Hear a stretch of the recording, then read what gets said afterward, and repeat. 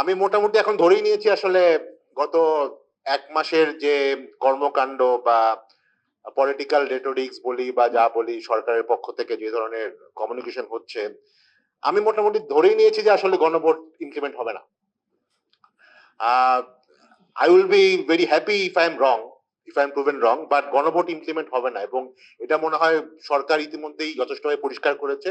জুলাই সনদের কিছু কিছু জিনিস যেটা আসলে সরকারের মানে কমফোর্ট জোন আছে, সেটা হয়তো কিছু কিছু জিনিস করবে, মানে হয়তো অপটিক্স অনুযায়ী কিছু কিছু করবে, বাট মূল জিনিসগুলি আসলে করবে না। ওই নোট অফ ডিসেন্টের এই এই বেড়াজালে কিন্তু দেখবেন অনেক কিছুই আসলে হবে না। আমি আসলে আসলে সবচেয়ে বড় কনসার্ন, একটু আগে আমি আমার পাশে যে আইনজীবী ছিলেন ওনার সাথে এটা নিয়ে ইনফরমেশন নিচ্ছিলাম। আমি আসলে সবচেয়ে বড় কনসার্ন হচ্ছে আহ, আগামী আহ, আগামী যে নির্বাচন হবে।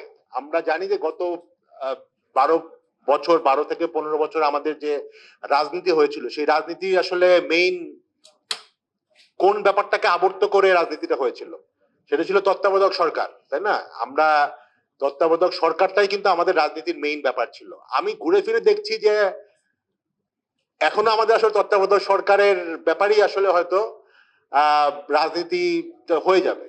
কেননা এই জন্য বলছি, ধরেন গণভোট হলো না, কিভাবে আগামী তত্ত্বাবধায়ক সরকার গঠিত হবে? সেটা কিন্তু ত্রয়োদশ সংশোধনীর যে আপিলটা হয়েছে, অটোমেটিক্যালি সেটা হয়ে যাবে। মানে basically that goes back to